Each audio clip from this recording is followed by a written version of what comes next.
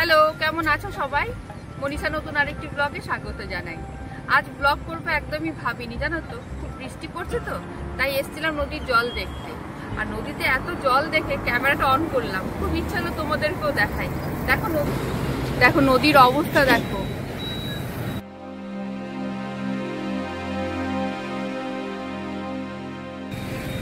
কত জল ভরে গেছে দেখছো?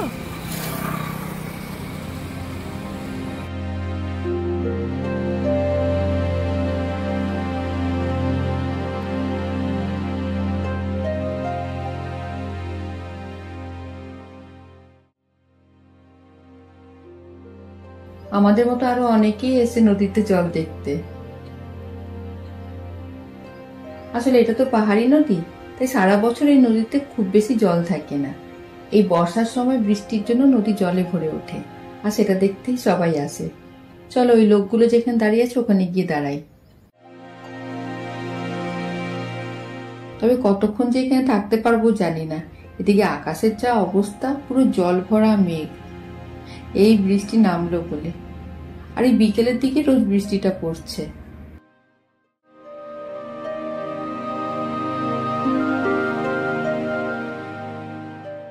টিপটাপ বৃষ্টিও পড়ছে, তাই তাড়াতাড়ি করে জল দেখে চলে যাব বাড়ি। ঝমঝমিয়ে যদি আবার বৃষ্টি নেমে যায় তখন অসুবিধা হয়ে যাবে।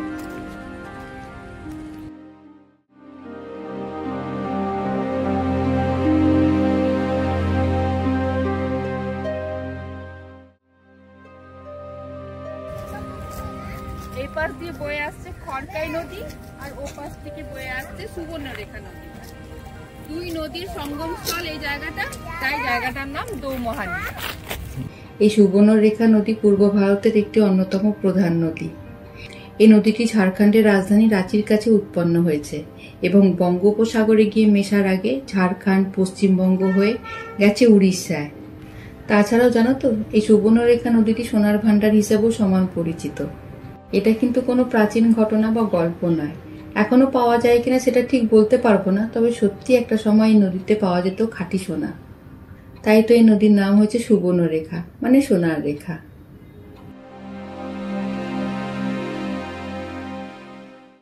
ইনডোর প্লান্টের উপর সাজাবার জন্য নদী থেকে কিছু পাথর কুড়িয়ে নিচ্ছি। এই পাথরগুলো দিয়ে সাজালে গাছের পটটা দেখতে খুব ভালো লাগে, তাই আমি যখনই এখানে আসি অল্প অল্প করে হাতে করে নদীর পাথর বাড়ি নিয়ে যাই। এই পাথরের শেপগুলো দেখো, এক একটা এক এক রকমের। এগুলোর উপর একটু কালার করে দিলে দেখতে আরো সুন্দর লাগে। একবার তো এই পাথরগুলোতে লাল, হলুদ, সবুজ কালার দিয়ে মাল্টি কালার করেছিলাম, খুব কালারফুল হয়েছিল। এবারও ভাবছি এগুলোতে একটু কালার করে দেবো। এমনি প্লেন পাথরের থেকে ওগুলো দেখতে বেশি সুন্দর লাগে। এইসব জিনিস নিয়ে থাকলে সময় দিব্যি কেটে যায়, আর ক্রিয়েটিভ কিছু করাও হয়।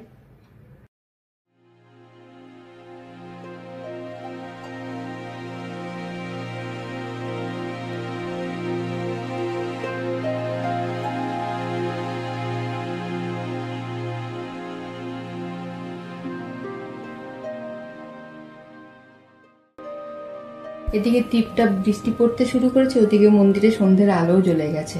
চলো ঠাকুর প্রণাম করে এবার বাড়ি যাই।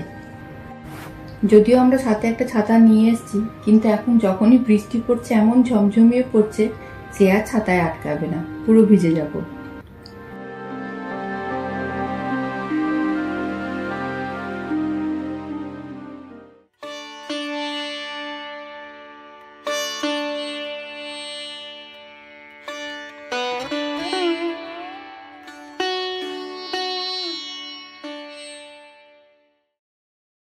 দেখলে আমাদের এখানে নদীতে কত জল বেড়ে গেছে। এদিকে ঝমঝমিয়ে বৃষ্টিও নেমে গেছে, কিছুটা ভিজেও গেছি। তো এখন আমরা যাচ্ছি বাড়ি। তো তোমাদের ওখানে নদীতেও কি জল বেড়ে গেছে? কমেন্ট করে জানিও।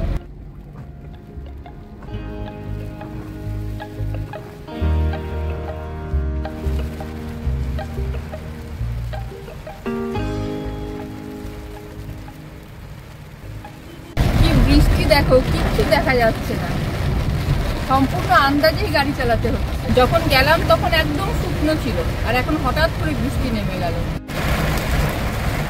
এখন এরকমই হচ্ছে, এই রোদ, এই বৃষ্টি।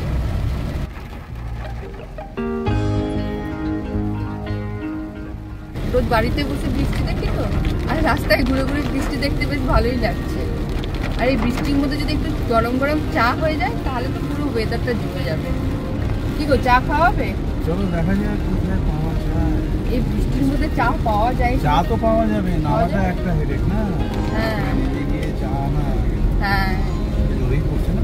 খুব জোরে পড়ছে, দেখো না একদম নদী হয়ে গেছে রাস্তা।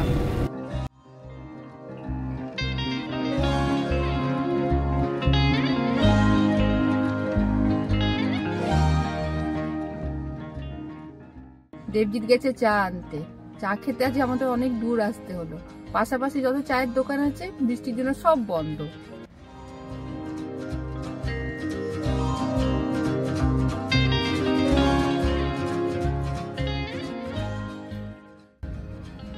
চাটা খুব ভালো বানিয়েছে। এই কুলারের চা গুলো খেতে কিন্তু খুব ভালো হয়। মাটির কুলার থেকে খুব সুন্দর একটা গন্ধ বেরোয় তো, তাই চাটা খেতে আরো বেশি ভালো লাগে। চলো, চা খাওয়া হয়ে গেছে, আমি চললাম বাড়ি। তার সাথে ব্লগটা এখানেই শেষ করলাম। আজকের ব্লগটা তোমাদের কেমন লাগলো কমেন্ট করে জানিও। খুব তাড়াতাড়ি দেখা হবে নতুন একটা ব্লগ নিয়ে। ততক্ষণ তোমরা সবাই খুব ভালো থেকো, আনন্দে থেকো। টাটা।